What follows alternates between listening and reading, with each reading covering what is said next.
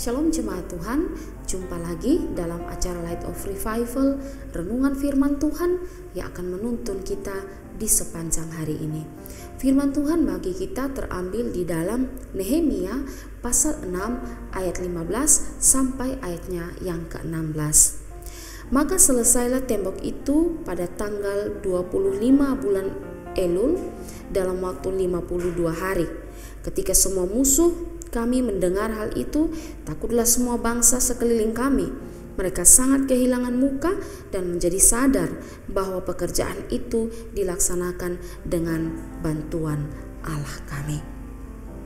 Maju terus walaupun banyak hambatan.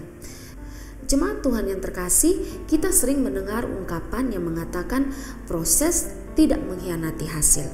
Artinya bahwa jika kita melakukan sesuatu dengan serius dan dengan sungguh-sungguh, maka pasti kita akan mendapatkan hasil yang baik atau hasil yang terbaik. Dan ini juga yang dialami oleh Nehemia. Nehemia punya satu misi yang besar, yaitu ingin membangun kembali tembok Yerusalem yang telah runtuh dan diruntuhkan waktu itu oleh Raja Nebukadnezar. Namun dalam perjalanannya hal ini tidak mudah. Ada banyak tantangan yang dialami oleh Nabi Nehemia, baik tantangan dari luar maupun tantangan dari dalam. Tantangan dari luar berupa orang-orang yang tidak senang ketika melihat bahwa tembok Yerusalem kembali dibangun. Orang-orang akhirnya menghina, mengejek, memfitnah, bahkan mereka berusaha untuk kembali menghancurkan apa yang telah dibangun.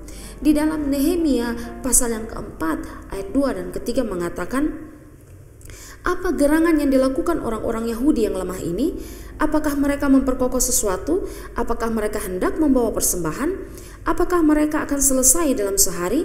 Apakah mereka akan menghidupkan kembali batu-batu dari timbunan puing yang sudah terbakar habis seperti ini?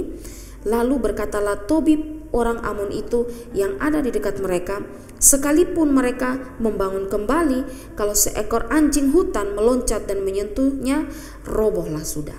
Ya, di sini kita bisa melihat bahwa ada penghinaan atau hinaan yang diterima oleh orang-orang Israel ketika mereka hendak membangun kembali tembok Yerusalem yang telah runtuh.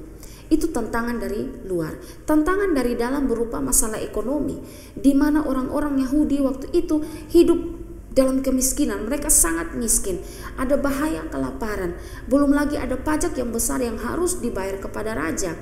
Dan karena dalam pembangunan tembok itu ada musuh yang menyerang, sehingga membuat para pekerja tidak bisa kembali ke rumah mereka. Mereka harus tetap berjaga-jaga di daerah tempat pekerjaan mereka pembangunan tembok itu, sehingga akhirnya membuat mereka semakin miskin.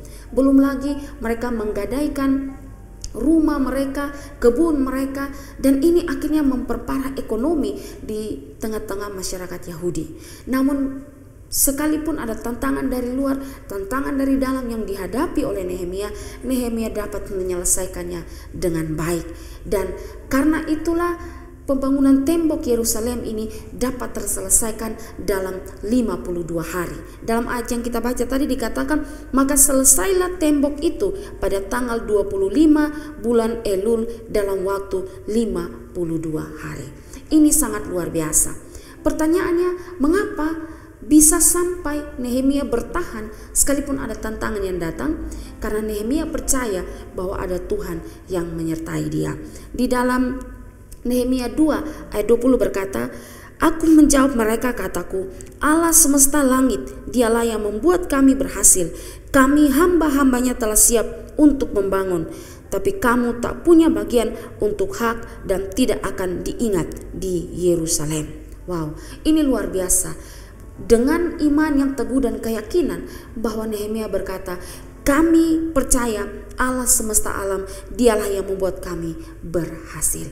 Saudara, karena itu apapun yang mungkin saat ini saudara rancangkan, usaha yang mungkin saudara mau bangun, dan ada tantangan yang menghadang, majulah terus, jangan pantang menyerah.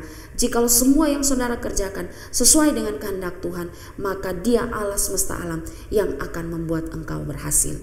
Usahamu akan berhasil, studimu akan berhasil, pekerjaanmu akan berhasil, pelayananmu akan berhasil.